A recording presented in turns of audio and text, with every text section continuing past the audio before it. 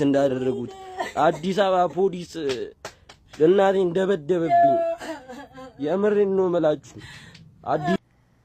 እንደዚህ አይነትና መሰል ነገሮችን ስልጣንን ተገን በማድረግ መንግስት የሰጣቸውን ኃላፊነትን ተገን በማድረግ ዜጎቻችን ላይ የሚደረግን የሰብአዊ መብት ጥሰት መንግስታችንም ፓርቲያችንም አይታገስም።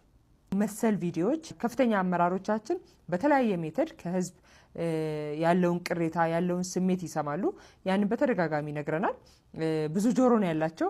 አንደኛው እንግዲህ አሁን አብዛኛው ነገር የሚካሄድበትና በርካታ ዜጎች የሚጠቀሙት የዲጂታል ሚዲያ ነው። ሲደርስ ደግሞ ኢሚዲየትሊ ዛሬ እንዳያችሁት የአዲስ አበባ ከተማ ፖሊስ አጠቃላይ ሪፎርም ነው የተደረገው ማለት ነው።